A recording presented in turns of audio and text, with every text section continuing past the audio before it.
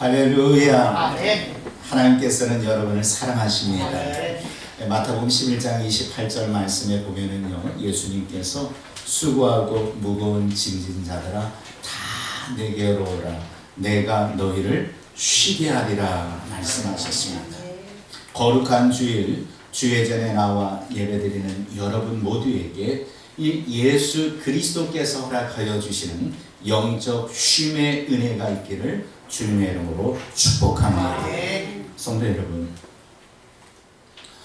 여러분이 함께 복도를 걷다가 어떤 사람이 만약 커피를 흘리게 된다면 여러분은 과연 어떤 반응을 일으키시겠습니까? 대부분의 사람들은요, 빛의 속도로 공용 화장실을 달려갈 것입니다. 그리고 두루마리 휴지를 힘껏 당길 거예요. 급하면 급할수록 더 힘껏 당깁니다. 그런데 어떻습니까? 두루마리 휴지를 힘껏 당기면 어떻게 돼요?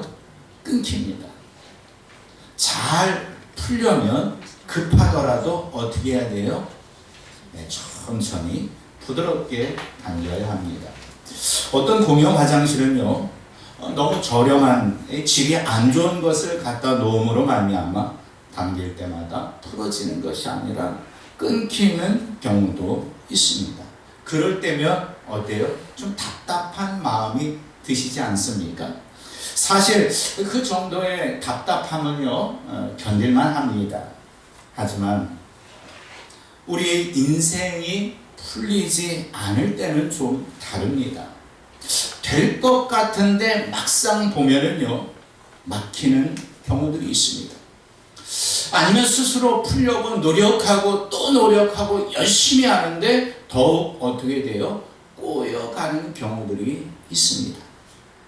이럴 때 대부분의 사람들은 어떻습니까? 인생이 풀리지 않으면 절망합니다. 포기합니다. 힘들어 괴로워합니다. 베스트셀러 풀림의 저자인 한별 목사님께서는 그 책에서 이렇게 말씀하셨습니다. 살면서 잃어버린 것을 회복할 수 있을까? 살면서 놓쳐버린 것을 회복할 수 있을까? 살면서 잘못된 것을 다시 회복할 수 있을까라고 말하면서 결론은 있다였습니다. 성도 여러분, 잃어버리고 놓쳐버리고 잘못된 것, 예수 그리스도면 회복될 줄로 믿습니다. 예수 그리스도면 가능한 줄로 믿습니다. 예수 그리스도께서 이 땅에 오신 목적이 바로 그것입니다. 죄로 묶인 것을 풀어주시기 위해서 이 땅에 오셨습니다. 이것이 영적 진리입니다. 성도 여러분, 그동안 세상의 안목으로만 바라보던 그 모든 것을 이제는 주 안에서 바라볼 수 있도록 허락해 주시기 위해서 예수 그리스도는 오셨습니다. 그렇기 때문에 예수 그리스도를 만나면 인생의 문제가 풀려집니다. 예수 그리스도를 만나면 인생의 대로가 열려집니다. 예수 그리스도와 관계를 맺으면 기적을 경험합니다. 하나님 나라를 볼 수 있습니다. 예수 그리스도와 관계를 맺으면 두려워하지 아니하고 담대할 수 있습니다. 때문에 진정한 인생의 풀림은요, 예수 그리스도를 만나고 그분과 관계를 맺을 때입니다. 오늘 우리는 물고기를 잡던 시몬 베드로와 안드레, 그리고 야고보와 요한이 예수님을 만남으로 인생이 풀어지고 인생의 대로가 열리고 또 기적을 경험하며 하나님 나라 일꾼이 되고 강하고 담대하게 순교의 자리에까지 이르는 이 복된 인생을 발견하게 될 것입니다.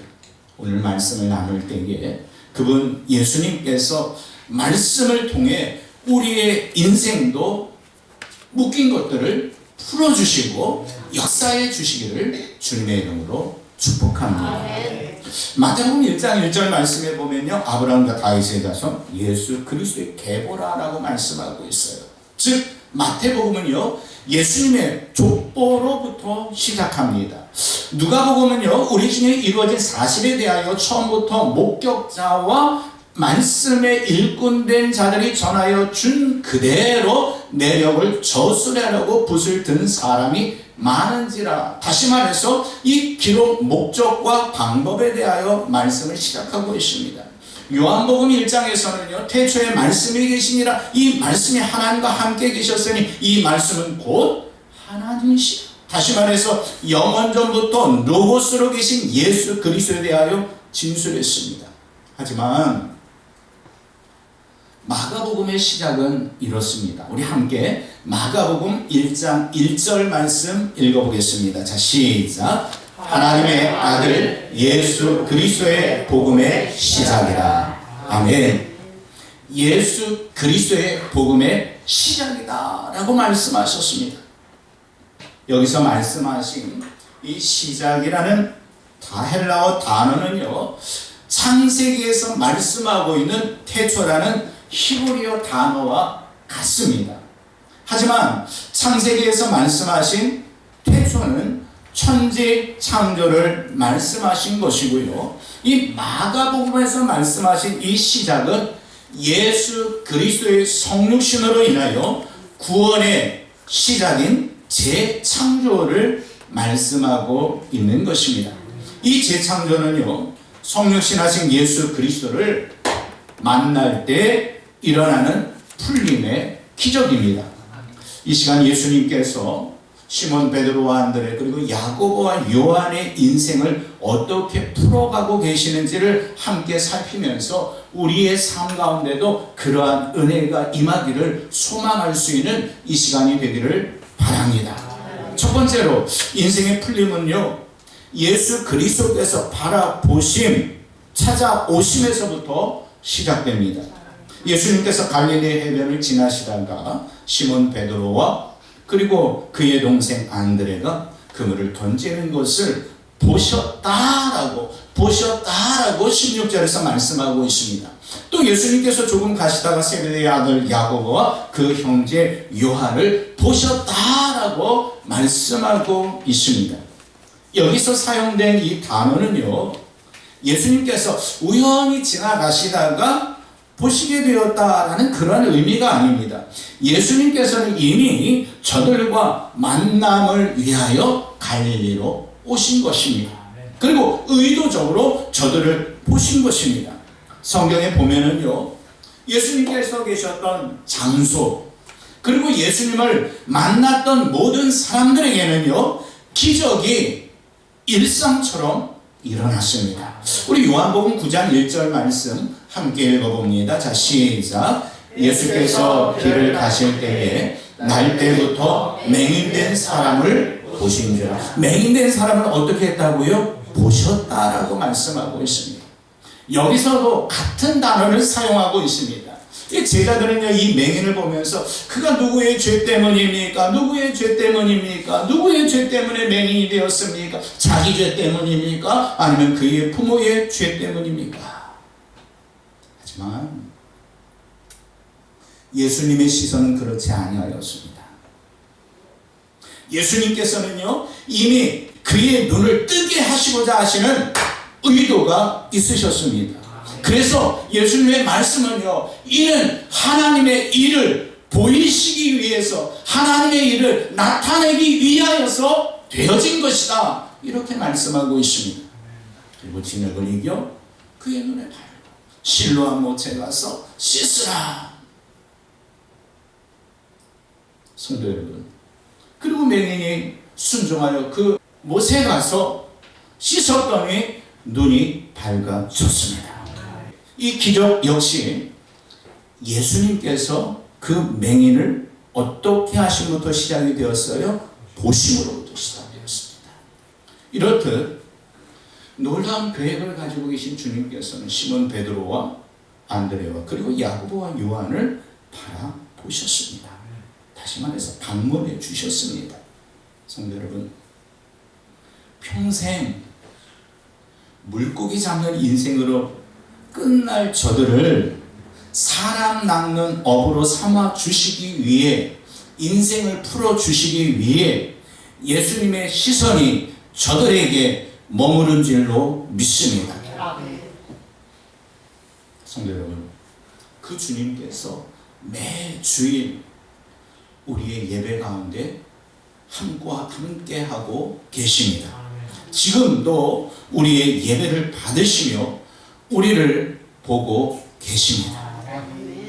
그분은 저와 여러분의 인생에 기적을 계획하시고 보시고 만나 주시는 분이십니다.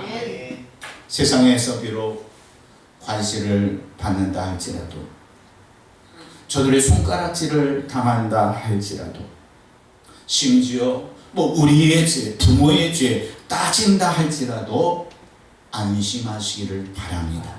예수님께서 계획을 가지시고 저들을 바라보신 것처럼 우리에게 놀라운 계획을 가지시고 지금도 그 사랑의 눈길로 저와 여러분을 보고 계신 줄로 믿습니다. 두 번째로, 이 인생의 풀림은요, 예수 그리스도의 부르심으로 이루어집니다. 저들을 보신 예수님께서는 이제 저들의 인생을 풀어주시기 위하여 부르셨는데 1장 17절 말씀 함께 읽어보겠습니다. 자, 시작. 예수께서 이르시되 나를 따라오라. 내가 너희로 사람을 낚는 어부가 되게 하리라. 할렐루야. 나를 따라오라. 내가 너희로 사람을 낚는 어부가 되게 하리라. 성도 여러분, 하지만 저들은 지극히 평범한 뭐였어요? 어부였습니다. 열심 있는 종교인이 아니었습니다. 사내들인과 같은 국가 통치 집단의 정치 지도자도 아니었습니다. 많이 배운 자들 역시 아니었습니다. 저들은 그저 일상적인 일에 종사하는 보통 사람, 어부였다라는 것을 기억하시기를 바랍니다. 물론 우리가요, 성경 전체를 통하여 시몬 베드로와 안드레 그리고 야고보와 요한이 이룬 업적을 이미 알고 있기 때문에 오늘 본문과 같은 이러한 말씀을 묵상하면서도 아무런 의심을 품지 않습니다. 그리고 그저 본문을 묵상합니다. 저들이 굳건한 믿음을 갖고 있었고 위대한 자들이었기 때문에 예수님께서 부르셨을 것이다라는 막연한 믿음을 갖습니다.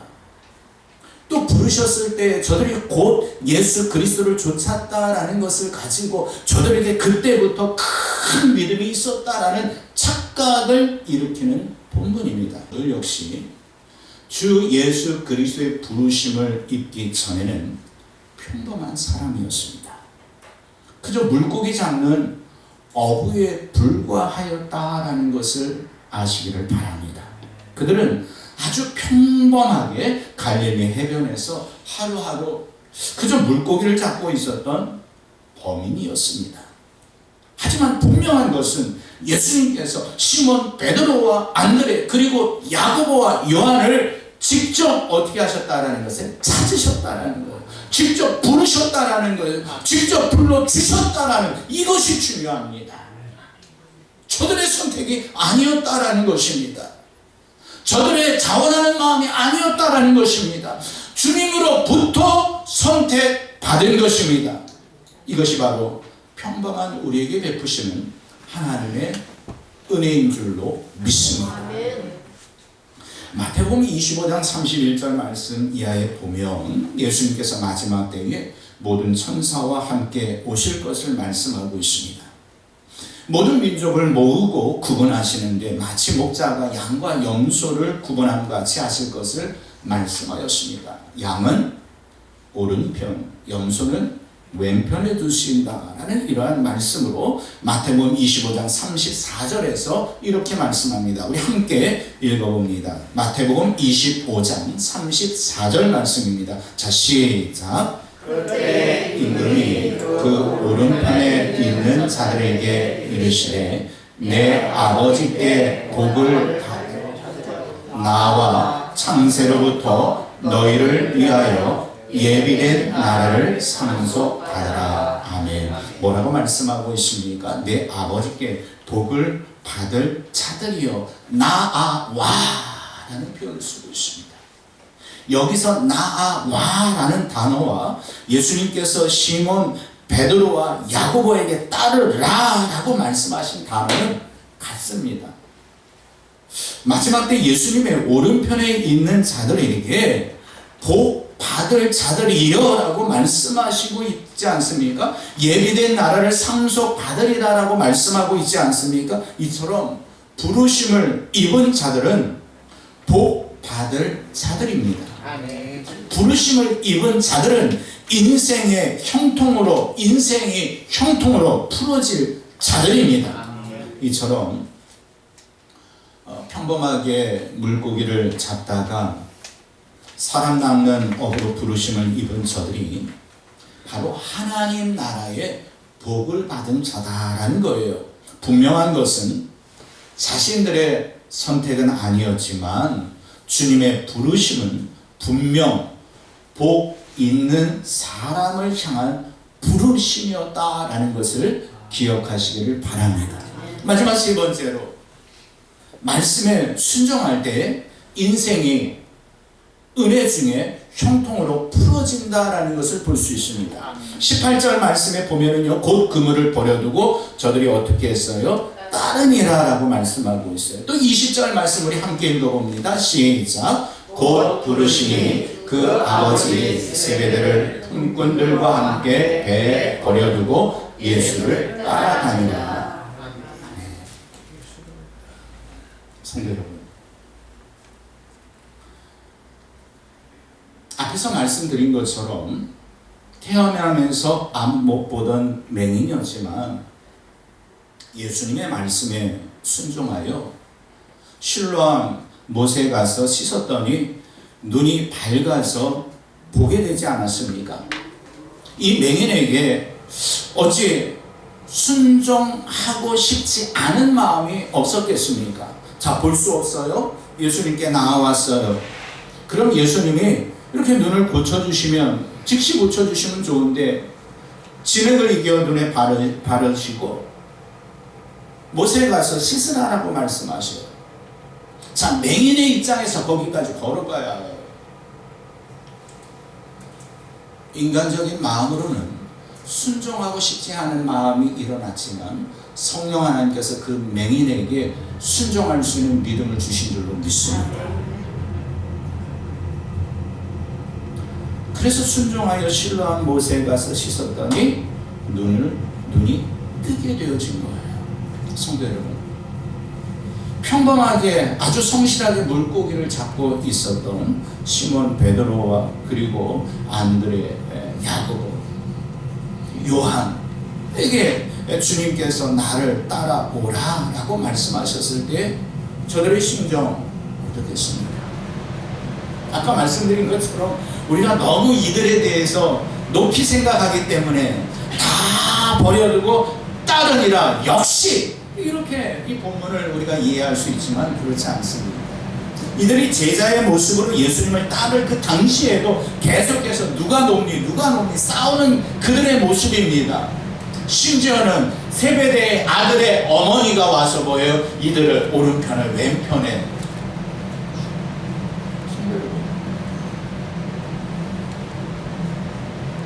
한번 생각해 보시기 바랍니다.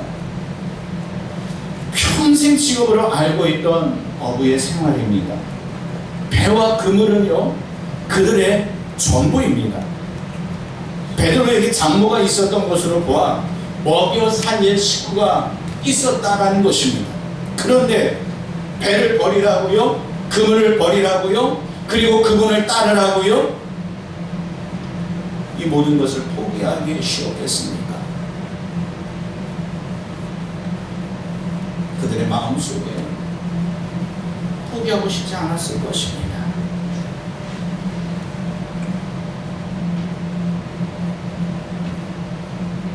성도 여러분, 우리는 이것을 알아야 해요. 그저 믿음으로 베드로는 안드레는, 야고보는, 요한은 따랐더라가 아니라 저들의 심령 가운데, 저들의 마음 가운데 내가 따라가며 내 가족은 물고기 잡으면서 내가 평생 이렇게 저렇게 살아갈 수 있을 것처럼 생각했었는데 따라가면 어떻게 하겠는가? 이러한 고민 없었겠습니까? 이러한 생각이 없었겠습니까? 베드로와 안드레와 야고보와 요한이 바보입니까? 그런데 오늘 본문은요, 다 버려두고 주님을 따랐다라고 말씀하고 있어요. 성도 여러분, 그들은 그물을 놓아놓고 따랐습니다. 배를 버려놓고 따랐습니다. 야고보와 요한 역시 즉시 아버지 세베대와 배 그리고 품꾼들을 버려두고 예수님을 따랐습니다. 성도 여러분, 하지만 이 본문은요, 저들에게 큰 믿음이 있었기 때문에 그 결과로 드러난 것이 아닙니다. 기억하십시오. 저들에게도 그 말씀을 들었을 때에 근심과 걱정과 어려움이 있었습니다. 어떻게 할까? 그러나 중요한 것은 나면서 맹인되었던 그의 마음을 움직이셨던 성령 하나님께서 베드로와 안드레와 야고보와 요한의 심령을 붙잡아 주신 줄로 믿습니다. 이게 중요합니다. 인간의 마음으로는 도저히 다 버려두고 따를 수 없었지만 성령 하나님께서 역사하셨더니 다 버릴 수가 있어요. 따를 수가 있었다라는 겁니다. 성도 여러분,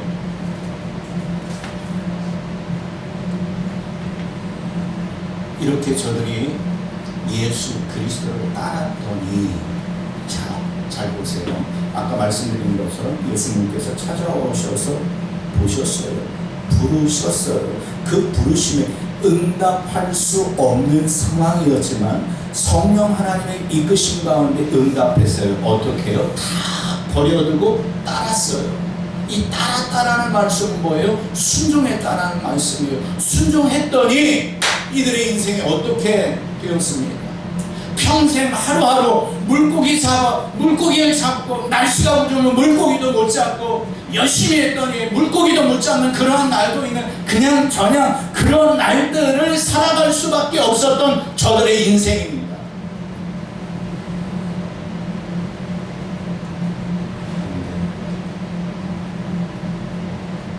성령 하나님께서 붙잡아 주시고 예수 그리스도께서 말씀하셨을 때 순종하였더니 저들의 인생이 어떻게 변합니까?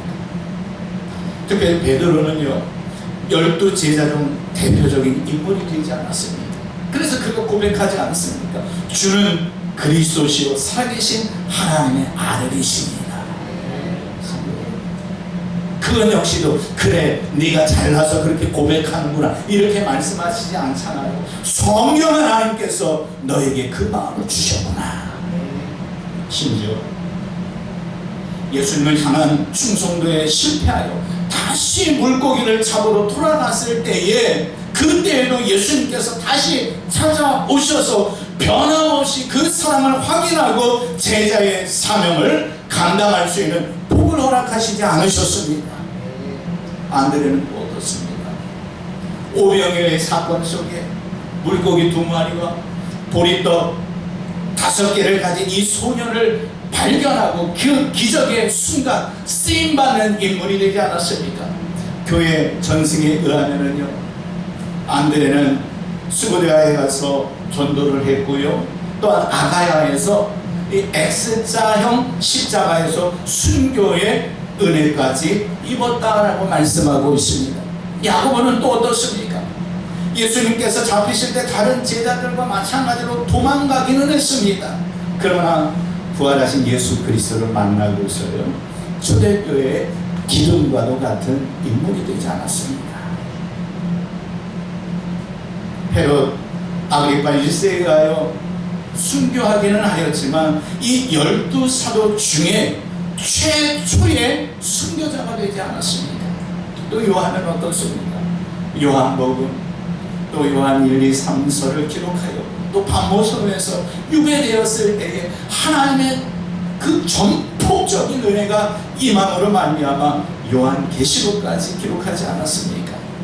성도 여러분, 그는 자신을 간접적으로 예수님을 사랑하는 자다라고 이렇게 묘사했는데, 그 같은 주님의 사랑으로 인하여 인격과 성품이 변화되어 사랑의 사도라라고 이렇게 일컬음을 받을 정도의 인생으로 풀려지지 않았습니까?